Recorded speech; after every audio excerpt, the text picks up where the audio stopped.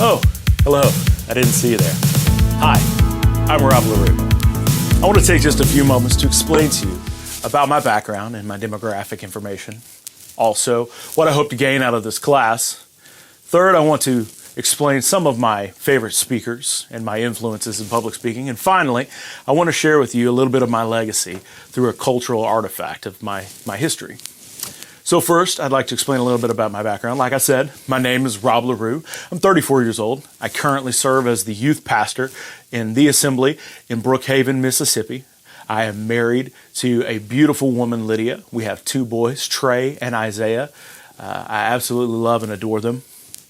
What I hope to gain from this class is to sharpen and refine some of my speaking skills.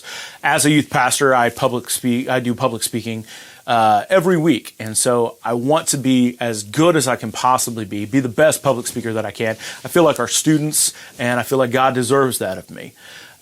As a preacher, I don't think it would surprise you that my influences and my favorite speakers are preachers as well. My personal pastor growing up, Edwin Brewer, is one of my biggest influences on my speaking style.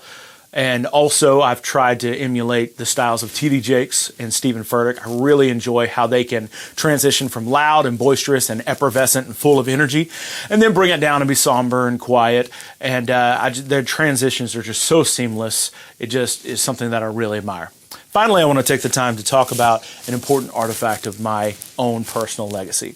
This is a bottle of anointing oil. And as a preacher, a bottle of anointing oil has its own meaning to me, but specifically, this bottle has a very personal meaning to me. See, many years ago, my great-grandfather, George Washington Freeman, was a minister in the mountains around the areas of Harrison, Arkansas, near where I grew up in Dover, Arkansas. And he had a young minister that he was mentoring, that he was bringing along and educating and training for the ministry. When that young minister grew to where my great-grandfather thought that he was ready for full-time ministry, he presented him a bottle of anointing oil. And then that young minister grew up and he eventually became my pastor.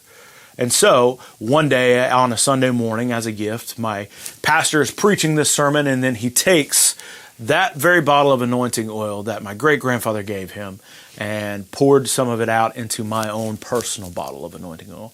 So obviously it has deep sentimental value to me, not only being important because it's anointing oil, but because it has a personal tie to my life as well.